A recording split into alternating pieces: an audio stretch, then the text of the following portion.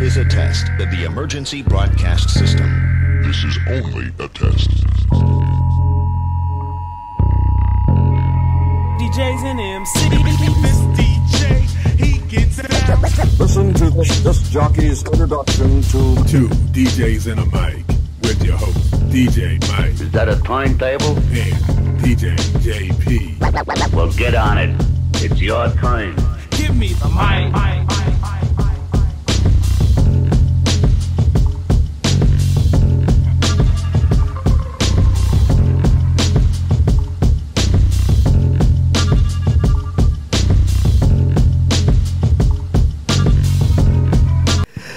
Okay, we're back. Day back. two. Day two. Day two. Yes. Midwest DJs Live. Yes. And we're blessed with another great guest. Yes. Brian Smith. Yep. Good morning. Good morning. Yeah. Tonight, I'm not sure. It's day two is a haul. Yeah, we hadn't been outside in a few days. I just have one question. This is totally nothing to do with the show. Dude, your hair has not moved since I've seen you. What are you doing? It's a thing, right? You know, like, yeah, I'm like, man, this dude got rocking hair. You are not the first person to say that. Yeah, I mean, it's like a hard hat. So, you know, I mean, you touch it, it's not going anywhere. Yeah, I was like, man, this dude here got nice hair. I try. Gosh, For years, I used to shave my head too, and it wasn't because I was bald or anything. I just did, and it was low maintenance. And okay, all right. But that's when you was working. You were EMT, right? I was an EMT. Yes. Wow. So also gave less things for people to pull if they didn't like me. Hey, well, thanks for doing that. You know, helping to save lives. Wow. Yeah, I can imagine some of the things that when you did we saw. meet, Brian? What year did we meet? 2016, 17, 18? I want to say, I think it was 2018. Yeah. Mobile Beat in Las Vegas. And I believe we were standing in line to go into one of the mega clubs. I don't quite remember which one. So then me and my wife adopted him for the rest of the show. And he hung out with us wherever we went. It's funny because it wasn't like you were trying to hang out with us, but wherever we were getting ready to go, that was Brian. Yeah. So, I mean, just like we in the same places. We went to old Vegas. We did everything together for the whole trip. But it was cool. It was really cool. So everywhere you go, there you are. Yeah. But we had fun. And we've been friends ever since. And then I invited him to Crosstalk. And he's a member of Crosstalk too, so and just been great friendship over the years. And he's like a DMX specialist. So when I met him, you were doing what? You were working for Sound Switch, right? Yeah, I was working for Sound Switch at the time, and that was my first ever DJ show. I had never been to a DJ show, didn't know a soul, and there I was representing Sound Switch in the Chauvet booth on the floor at Mobile Beat, DJing in the booth as well. Yes. Talk about terrifying. Why was it terrifying? Because I didn't even know what to expect because I'd never been to a DJ show before. And all of a sudden, here I am on the show floor talking to people, never represented a brand in a booth, never, every single aspect of it was completely brand new to me. So, and I think we just tried our best to be as nice as possible and support him in any way we could. You know, just talk to him, make sure he was doing all right and everything, and just pick his brain because he had a lot of knowledge too. He really understood Sound Switch and DMX, and I think that's when I was first starting to dabble into more DMX stuff, and he was a great help for me as far as that goes. Well, I know the show Friday. You were working the switches. He was toggling the switches, baby. Oh, dude, the lights were killer. Yeah, it was appreciate nice. that. Yeah, and those tubes up in the ceiling. Oh, that was lights. pretty cool. Yeah, that was really nice. Well, you know, it's good to use things differently, and I think that that's one of the things that over the years and kind of my progression with figuring out lighting and the lighting design, it's gone a lot from just being just the Sound Switch guy to a much wider approach on it. And I think that one of the things that as DJs I think we should start doing and that we can do to help differentiate ourselves is using our lighting differently. Just not on auto or sound mode. Well, even like where putting you it up put in the them ceiling. at. Yes. Placement, even just placement, Yeah. And that was awesome, dude. I was like, man, and it wasn't just me or Jeff. I heard several people saying, man, Brian really, using these tubes. these tubes, Yes, he was using them even too. the design. I'm just saying, you took the room with the tube lights and how you placed them and changed how the room looked totally. Yep. Light's a powerful tool. Oh yeah, man. That's a definitely. really powerful tool, and we undervalue it. Do you have any tubes back home? I do have tubes. Funny story. I was kind of, at the time, I was like, all right, I got to get Asteras because Astera was like pretty much the only game in town. And like we're talking, this is like 2019, end of 2019. Ouch. That's all I'm going to say. Ouch. Oh, it gets ouchier. Yeah. So, I had and it's funny because pre-pandemic we had a little Zoom meetup group that we met every Monday morning. A lot of the guys are here, and a lot of the guys are presenting and performing, and it's been fun to see The all growth. of our evolutions Yeah. at the same time. But one of the guys in the group showed us this Kickstarter for these new tube lights that were coming out that looked like Asteras. Videos looked like they operated like Asteras, and it's half the price. It's like, oh, I'm gonna do that. So a whole bunch of us jumped in on it. So that was probably February, early March of 2020. And then we all know what happened, so we don't need to talk about it. But unfortunately for Wow, y'all were on those. That was way before they hit Mainstream. Yeah. Wow. So unfortunately for that brand, They went under? they have not gone under. They are still exist, but they, it was the supply chain issues for them. They launched right before everything shut down, and then the cost for them to produce the tubes Went up. quintupled. Yeah. And so the development on the software and the apps fell apart. So I still have them. I still use them. They're not the easiest to use, but I've figured out how to make them work for what I need to do. Oh, okay. So, All right. Well, good. So I got them. They work. At some point I will upgrade, but they work for me for now. Yeah. Wow. So how did you get into lighting? So it's funny because my story kind of starts off as I was a touring sound engineer for years. Okay. And in the live event production world, a little tongue in cheek, but sound guys and lighting guys are mortal enemies. It's just it's just kind of this back and forth. So I never wanted to be a lighting guy, but I knew how much an effect good lighting has on performances and events, and so I was for me, I knew that as I was restarting and kind of redeveloping my DJ career, is I need to have good lighting, and I know that I need more than sound active. Yeah. Because sound active just wasn't it for me. And so I was I was a digital DJ tips student, and I remember you and Phil had a good relationship. Yep. And there was an article that came out about this sound switch thing, and I was like, oh, it ties in with my Serato, and I don't have to do anything. Wow. Fantastic. That's what I need. Yeah. So that was the start, and I ended up over the years, over time, becoming friends with Matt, the guy who started SoundSwitch, and so, we would chat a lot back and forth, although, he was in New Zealand and I was in Boston, so it was a 17-hour time difference, so we had to figure it out. But, when I finally got the unit, I was looking around for anyone else that was using it, and I couldn't find anyone else using it, but I couldn't find anyone else talking about it. I was like, this is amazing. Why isn't anyone talking about this? So I think I made my very first YouTube video on it, which is still on my YouTube channel, and it's absolutely terrible. It's still also the highest viewed video on my channel. Wow. And, it's insane. It's amazing what worked. I know. I have no presence on camera. It's brutal. It's at my dining room table.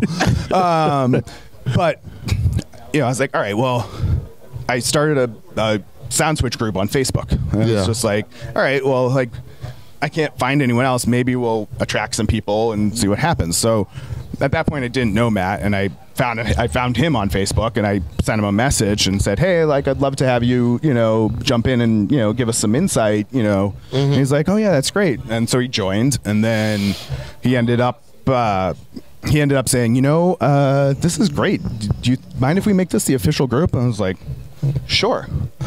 So now, last time I checked, I think it's over 10,000 members in the group. Wow. Which is just wild. Yeah, we have quite a few DJs out in Dallas that use SoundSwitch. No, Pat, DJ Mr. P, that's his baby, Go-to. man. He loves SoundSwitch. He does all of his lighting with that. Good stuff. Good stuff. So you said that you were a DJ as well. How did you get into DJing? I was in high school and I wasn't cool and I thought it would make girls like me. There it is. There it is again. Straight up honest. There it is. I've always loved music. It's always a girl. I've always loved music and I've always loved the technology and it was a, I was a terrible musician. Like I played guitar and and I played clarinet in my high school band. Oh, and my high school clarinet. band. But my high school band teacher realized that I really liked the tech end of things. Yeah. So doing the microphones and stuff like that. So I ended up we didn't have an AV club. We just had the band. But wow. I ended up being the guy that did all the PA stuff for the school. Yeah. So did it make you cool? Absolutely not. Wow. So you didn't get the girl? Oh no, not at all. Not at all. I was still very not cool. Well, I'll take that back. You got the girl. The girl was DJ. Yeah. I got the girl now. I got the girl now. Oh, hey, but you put a ring on it. Wow. But yeah, it just well, and the time was the late 90s and DJing wasn't cool yet necessarily, or it wasn't really. Well, I mean, no. I mean, it was cool, but in the high school kid, the way DJs are now, when you got people like Marshmello and all that, the kids are into it. Yes. The kids are into it now, but at that time, I don't think people really got into it until they started kind of getting into that college age and going out. Yeah, I can see. High school kids weren't going out; they weren't exposed to it. There weren't these big festivals, so DJing was something that was kind of novel, but it wasn't something that kids were into. Yeah, not like it is now. Not like it is now. But that's good, man. Wow. So, Wow. So what else do you have going on? What you got going on now? What are you doing these days, Brian? I'm still, I'm still a DJ and running. I'm a single op, still in Boston, and I think a lot of people think of me as the lighting guy, and that's great. I want them to think of that. But I do. DJing is still DJ first, lighting second. But I want to make sure that they work together really well. Okay. So it's funny because it's like every once in a while, I actually kind of want to, at these things, I kind of want to play some music for some people. I don't know. I really want you to do lighting. All right, we need you over here. It's fine. I'll do the lighting. That's fine. So, how can people find you? Well, better yet, what else are you doing now? Who are you involved with? Are you still working for Denon, or is it just SoundSwitch? Because Denon bought SoundSwitch, right? Yeah, Denon bought SoundSwitch. That must have been 21, I think, maybe. Or no, it's before that. I think it might have been 2019 that they bought. Okay. That they bought SoundSwitch. So I am, early on, I was, an independent contractor for them, and I'm not anymore. But I'm still very much involved with the team, and I stay in touch and give suggestions and give feedback on things that they're thinking about. So we still have a good relationship. It's not the only thing I use anymore, and they know that because I'm very much the person that is looking for the best tool for the job. Yeah. Okay. So that means you have to have multiple tools. Yeah, definitely. And a lot of people don't realize that and want to stick with one. And every application doesn't work in every situation. Correct. Yeah. Correct. And sometimes. Some of us, we get married to brands. Yeah, that's true. Instead of the application of the brand. Right. In regards to what we need it for. Exactly. And when you look at it from that perspective, you may realize that I may need this in this particular brand and this other item in this other brand. Mm-hmm. And it doesn't make it wrong or right. It's about the application. It should be. Right. Yeah. It's not like wearing Adidas sneakers and Nike track pants. Yeah, we don't have contracts. Now, if you have a contract, that's a different thing. Sorry, yes. You're married to that brand. Yeah. So you got to represent it well. Mm-hmm. Oh, well. Yes. Be a Michael Jordan. So are you doing traveling DJ stuff now, or what are you doing? A little bit, not a ton. It's starting to pick up a little bit more. I've done, I usually do a couple of out of region, I would say, because I'm from New England, and New England is still not as big as some people's states, like your guys' state. Yeah. We can fit a few of y'all states. Do you want Tom Brady back? I don't really care. I mean, I'll be honest with you. Like, I mean, I'm just I'm also like, I am also not the guy that you talk to in detail about sports. Music is my passion. I enjoy sports. I enjoy watching them, but like, if the Patriots suck, well, I guess they suck this year, and they did this, and it doesn't look like it's going to get much better, and that's fine. That's going to get better. That's fine. But don't worry about it. Maybe we all have to go through our down period, so enjoy the good times while they're there, and just hope the bad periods are not too long. I mean, at least like I'm at the age that I remember when all the Boston sports teams were terrible, and so like now it's like they got the people that are a little bit younger than me, and they're like, oh, what is this? And it's like, it's the way life was forever. Yeah, it was. Hey, it was pretty bad for a while. Yeah. Pretty bad for a long time. Yeah. So do you do any classes on DMX or on lighting? Good question. There was a time that I was planning on doing a full sound switch course. Playing off of the YouTube videos that I've been doing over the years, but I also realized sometimes I can be a little bit of it's a nice way to say this. I can be strongly opinionated sometimes, and I think that's part of what made the YouTube channel good.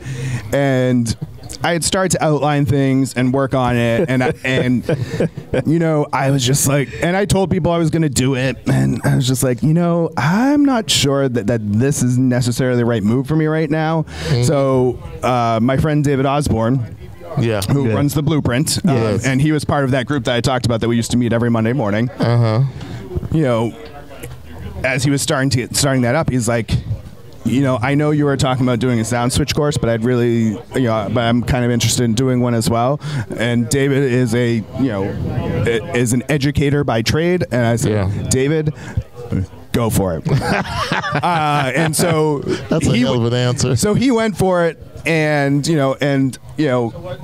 called me, got on Zoom with me, sat with me at conferences, asked me a ton of questions, and I gave him my thoughts and opinions as he was building the course. So I've got my finger on it a little bit. It's his baby, but it was the right move then. So, I'm doing this workshop here at Midwest DJs, and I think I'm in a place now in my career and development that I think that I will probably be, I have a concept for something that I want to come out with. It's not going to be specific to sound switch, but more general DJ and lighting. So you heard it here sort of first. All right. And I don't know when it will be done, but it's a concept now. This has been a week of breaking stuff. We broke the E-Start guy probably dropped 10 bombs on us. Oh, yeah. Other people dropped some bombs on us. Matt Relizelli dropped a bomb on us. So people seem to come to TDJs and one mic to drop bombs on the what they got coming up with. So we got a lot of glass broken. Yeah. A lot of broken glass. So you're working on something for easier DMX, or what? Give us a hint as to what it's going to be. So I've said this in my workshop a little bit, and I've said this in conversations to people. And it's weird that I'm at the point that I feel comfortable doing this, but I'm at a point now in my career and doing this that I feel comfortable coming out and being a voice in the industry and saying, hey, we can do this better. So what my goal right now is trying to get DJs to do lighting better, because we can do better. Agreed. Because a lot of us don't do lighting at all. We put something up, turn it on, and pray and say go. Yes. We don't even understand really the concept. And it's like, like say you're in the 5th grade and they want to put you in math and trigonometry. Yeah. It's like I'm not there yet. Right. Yeah. And when it comes to a lot of DJs, we're just not there yet. Right. And it seems a little hard when you're hooking up lights with a DMX and getting it to do X, Y, and Z. And it would be good to have someone such as yourself showing that we can do this. Yep, Yes. we can. And Yes, it we doesn't need to- can. Yes, we can. And it doesn't need to be difficult, and it doesn't always necessarily need to be DMX. Exactly. But, one of the things that I have started to notice, and I kind of got a little fed up with, is, I look at, Instagram, YouTube, TikTok, and I see everybody setting up the same exact way. And it's like, okay, why are we all doing this the same way? And I thought about it, and I went back to like the first middle school dance I DJ'd, or I didn't even DJ, I assisted on it in probably 1998. And back then you had the Moonflowers and the Derbies, and like that's kind of all that's all you really had. Yeah. And you had the rocker panel switch to turn them on and off, power cycle them, make sure that they could cool off. And then as I thought more about it, I was like, we're still setting up like we're running rocker panels, because when we were running the rocker panels, you only went as far as your extension cords went, because you had to plug all the extension cords into that unit. And it's like, and that's what we're still doing, but we have all this technology that allows us to not have to do that anymore. Yeah, so much technology. So almost 30 years on, why are we still looking like that? It's amazing. Because it's easy. Exactly. And we don't, nobody has showed us, nobody has given us anything that's going to make, there's stuff out there that's making it easier. There's a lot of stuff out there. It's just technology has advanced, but our mindset has remained the same. Yep.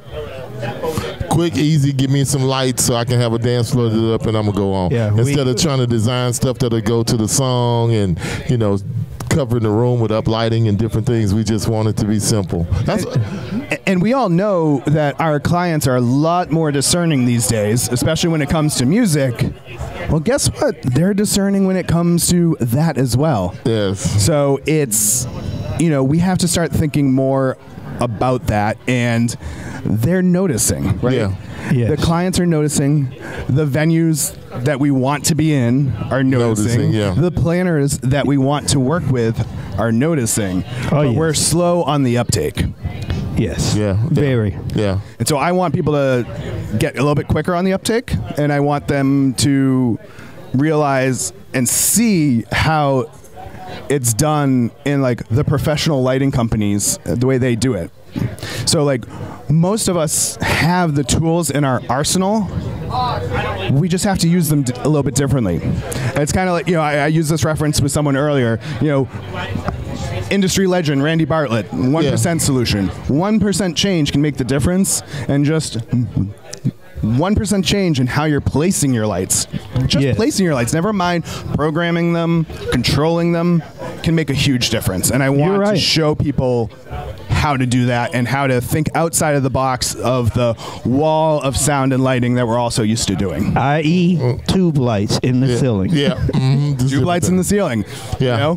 Yeah. I've done some parties and I've had some metal parts. So I've hung mine on the wall around the room, so it's cool to chase them around the whole wall and just different things. So, you have to be innovative. If you got toys, play with your toys. Use your toys. Don't just be stuck, okay, I'm going to put these up lights or these washes, and I'm just going to let them run on automatic.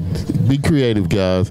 And I don't know if Brian will let you reach out to him and he'll tell you or try to suggest some things to you, but I'm sure he will love, if you call him, he'll hook.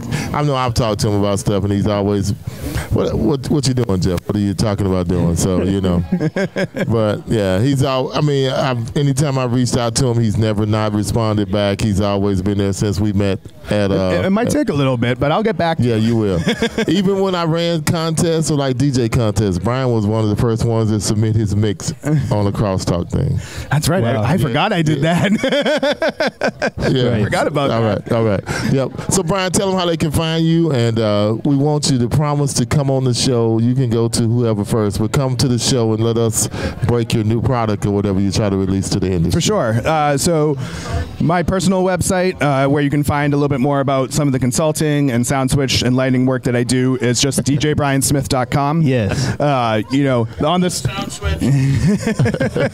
on the socials, it's at the DJ Brian Smith, pretty much on everything. Yes. And even on YouTube, Instagram, TikTok. Brian Smith. Yes. Yeah. Not the frog horn. But Stop. Peanut gallery out behind the cameras. yeah. Producer one road. Production going crazy over there. Yeah, but we appreciate you sitting thank down you for with sitting us. down. Absolutely. Thank you guys for having me. It was Catching up with you, and I know you got one more class to teach, right? Yeah, I've got one more class, and then I'm on I a might flight send out Mike here. because he has DMX dyslexia. Yeah. Wow. Yeah. Wow. Called you out. Another one. Called you out. Yeah. Nah, he just hasn't jumped into it as much as I have. He didn't call me out. He hit me with a bat. Bam. Nah, but I thought the Warriors were over with. no, I'm sorry. Okay. I apologize. But hey, thanks again for jumping on, man. Take us out, Mike. All right. Day y'all two, have a y'all. good one. We're Day closing two. out day 2. Thanks for Brian for sitting down with us, and another one. All right. Peace.